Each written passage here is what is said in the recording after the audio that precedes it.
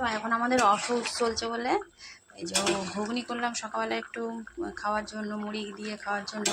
তো হলুদ দেওয়া নাই, তো একটু লঙ্কার গুঁড়ো দিয়েছি, কিন্তু হলুদের বলে সেই দুধের সাথে ঘোলে মেটে না, সেটাই আর কি। হলুদের কালারটা সত্যি একটা কালার, মানে যতই লঙ্কার গুঁড়ো দেওয়া যায় দাও সেতে হয় না। এদিকে মুগ ডাল ভেজে নিচ্ছি, এটা দুপুরবেলা বানাবো।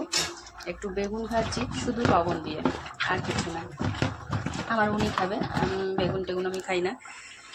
আর এদিকে সবজি কেটে রেখেছি, এটা ঘুগনি দিয়ে খাওয়ার জন্য শসা, কাঁচা লঙ্কা আর একটু লাউটা ডালে দেবো।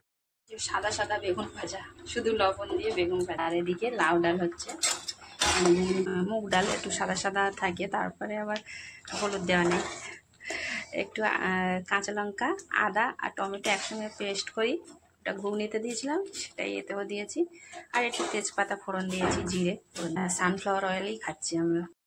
ভাত বসিয়ে দিয়েছি, আর এদিকে ডালের বড়া করবো। এতে হলুদ দেবো না, কালো জিরে আর লবণ দিয়েছি, এটা বড়া করবো। এই যে ডালের বড়াগুলো ভাজছি সানফ্লাওয়ার অয়েলে। ভাত তো হয়ে গেছে, আর এদিকে আলু ভাতে তো খাওয়া যায় না, মানে সর্ষের তেল না হলে খাওয়া যাবে না। এমনি আমি দামোদর মাসে খাই না, আর আবার অসহজ, সর্ষের তেল খেতে নেই। তো একটু সানফ্লাওয়ার অয়েল কড়াইতে দিয়ে একটু কালো জিরে আর শুকনো লঙ্কা ফোড়ন দিয়ে আলুটা আগে মাখিয়ে রেখেছিলাম, আলু ভাতে আর কি মাখিয়ে রেখে সেটা দিয়ে আলু চোখা বলুন আর আলু ভাতে বলুন, যাই বলুন।